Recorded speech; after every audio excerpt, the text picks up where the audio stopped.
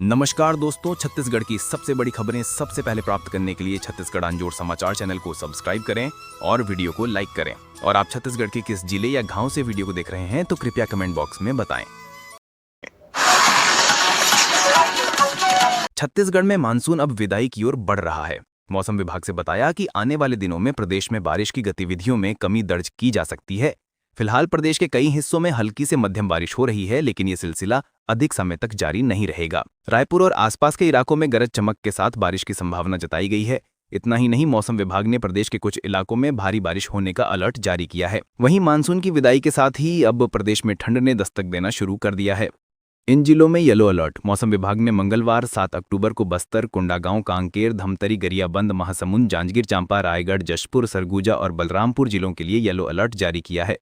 इन जिलों में बिजली गिरने, तेज आंधी और गरज चमक की चेतावनी भी जारी की है। अन्य जिलों में मौसम सामान्य रहने की संभावना है। अक्टूबर में अब तक 157% ज्यादा बारिश। इस बार अक्टूबर में अब तक सामान्य से 157% अधिक बारिश हुई है। आमतौर पर 5 अक्टूबर तक राज्य में औसतन 21.1 मिलीमीटर बारिश होती है और मानसून लौट चुका होता है, लेकिन इस बार अब तक 54 मिलीमीटर से ज्यादा बारिश हो चुकी है।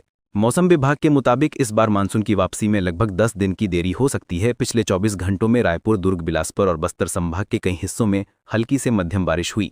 सबसे ज्यादा बारिश नारायणपुर और फरसगाम में 60 मिलीमीटर दर्ज की गई।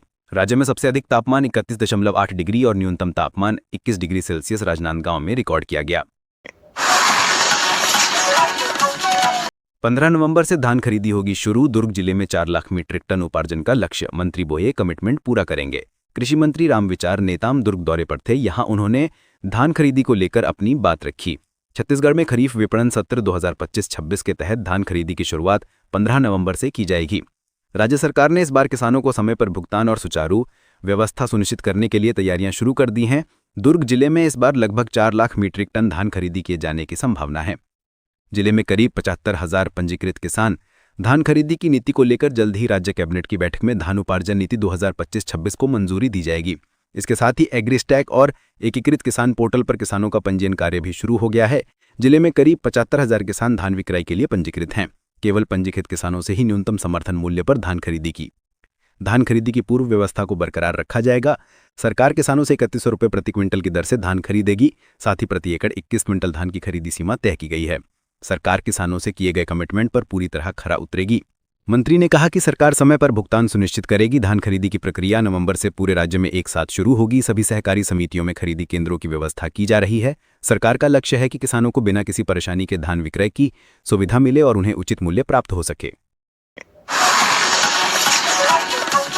जापानी बुखार का बड़ा खतरा। स्वास्थ्य विभाग अलर्ट। जानिए इंसानों के लिए क्यों खतरनाक। सरगुजा में जापानी बुखार का खतरा मंडरा रहा है। जानवरों से लिए गए 61 सैंपल पॉजिटिव पाए गए हैं।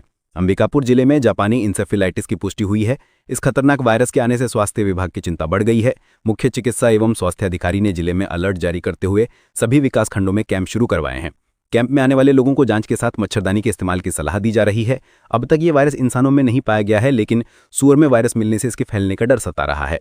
ये इसलिए भी चिंता का विषय है क्योंकि इस वायरस से सबसे ज्यादा खतरा बच्चों को है। 61 सैंपल पाए गए पॉजिटिव। पशु विभाग ने जिले भर से 140 सूअर के ब्लड सैंपल इकट्ठा किए थे, जिसमें से 61 सैंपल पॉजिटिव पाए गए हैं। इस वायरस को जेई वायरस के नाम से जाना जाता है, जो मच्छरों के काटने के बाद इंसानों के शरीर में आता है।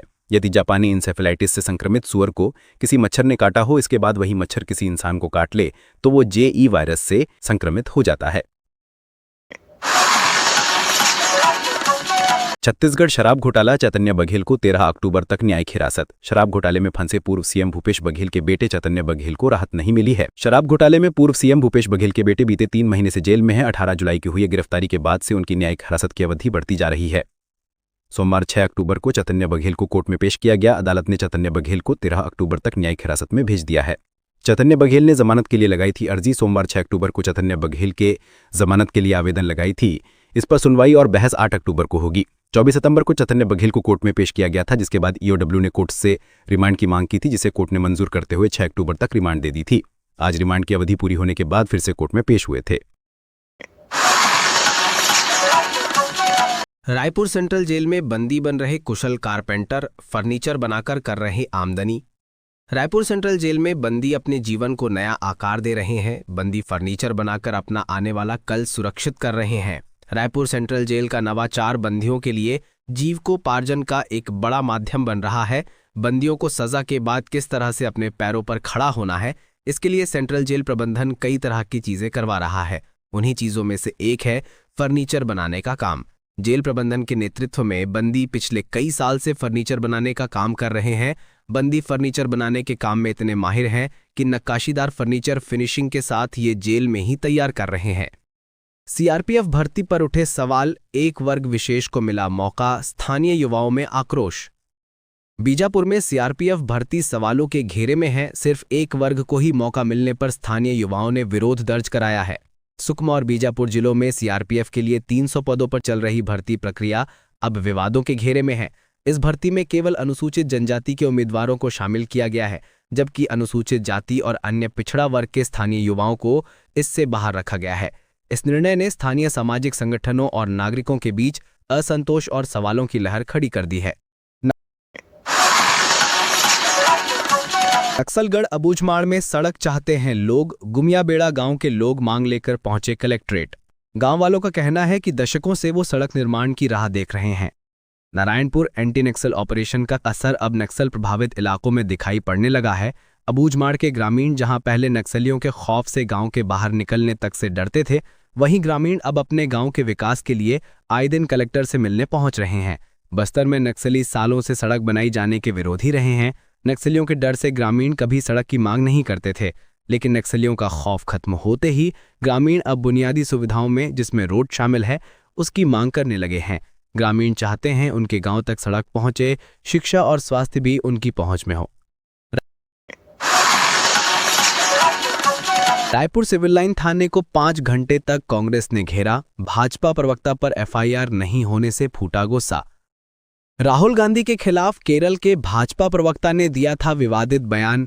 केरल के भाजपा प्रवक्ता पिंटू अमित महादेव पर राहुल गांधी के खिलाफ विवादित बयान देने का आरोप है। भाजपा प्रवक्ता के खिलाफ अब कांग्रेस ने मोर्चा खोल दिया है। पूर्व विधायक विकास उपाध्याय और जिला कांग्रेस अध्यक्ष गिरीश दुबे के नेतृत्व में सैकड़ों कांग्रेस कार्यकर्ताओं ने सोमवार को सिविल लाइन थाने का 5 घंटे तक घेराव किया। कांग्रेस नेताओं का आरोप है कि भाजपा प्रवक्ता पर एफआईआर दर्ज नहीं कर पुलिस प्रशासन पूरी तरह से भाजपा की कठपुतली बन गई है। धमतरी शहर में घुसा हाथी, वन विभाग की टीम वाइल्ड जंबो को भगाने में जुटी। रात 11 बजे जब हाथी सड़कों पर दौड़ने लगा तो मौके पर लोगों की चीख पुकार मच गई। लोग जान बचाने के लिए भागने लगे। देश भर में एक तरफ जहां वन्यजीव सुरक्षा सप्ताह मनाया जा रहा है, तो वहीं दूसरी ओर जंगल छोड़कर दंतैल हाथी शहर में एंटर कर गया। वन विभाग की बड़ी लापरवाही से कई लोगों की जान खतरे में पड़ गई। घटना सोमवार रात की है। जंगल से निकलकर हाथी सीधा सड़कों पर पहुंच गया। लोगों ने जैसे ही सड़क पर हाथी को देखा, उनके हाथ पांव फूल गए। जिसे जहां मौका मिला वो हाथी से बचने के लिए भाग निकला। हाथी भी अपनी धुन में सड़कों पर काफी देर तक दौड़ता और घूमता रहा। इधर हाथी सड़कों पर दौड़ता रहा, उसके पीछे वन विभाग के कर्मचारी भागते नजर आए। वन विभाग के कर्मचारी इस कोशिश में थे कि हाथी को किसी तरह से शहर से बाहर किया जाए। गनीमत रही कि हाथी ने किसी को जख्मी नहीं किया। घूस मांगते हैं तहसीलदार, रायपुर में मंत्री से लगाई गुहार, कहा अब तो सुन लो सरकार। रायपुर में मंत्री जनदर्शन कार्यक्रम में कई तरह की शिकायतों लेकर बीजेपी कार्यकर्ता और आम जनता पहुंची। छत्तीसगढ़ में अफसरशाही और भ्रष्टाचार की शिकायतों ने भाजपा कार्यकर्ताओं में नाराजगी को बढ़ा दिया है। राजधानी रायपुर स्थित कुशाभाऊ ठाकरे परिसर में सोमवार को मंत्री जनदर्शन कार्यक्रम आयोजित हुआ, जिसमें कार्यकर्ता सीधे अपनी ही सरकार के खिलाफ अपनी समस्याएं लेकर पहुंचे। भाजपा के कार्यकर्ताओं ने खुलकर आरोप लगाया कि अधिकारियों का व्यवहार जनहित के बजाय व्यक्तिगत लाभ के लिए है और शिकायत देने के बावजूद कोई कार्रवाई नहीं हो रही। इस पूरे घटनाक्रम पर कांग्रेस ने भाजपा सरकार पर तीखा हमला बोला और इसे केवल राजनीतिक नौटंकी करार दिया। 5 साल बाद लिया थप्पड़ का बदला, आरोपी ने कार से कुचलकर एक्सीडेंट का दिया रूप, जांच में बड़ा खुलासा। महासमुंद जनपद उपाध्यक्ष के पति और उसके दोस्त की एक्सीडेंट में हुई थी मौत। जांच में ये घटना साजिश निकली। जिले में 2 दिन पहले हुई जनपद उपाध्यक्ष के पति और उसके दोस्त की मौत पर बड़ा खुलासा हुआ है।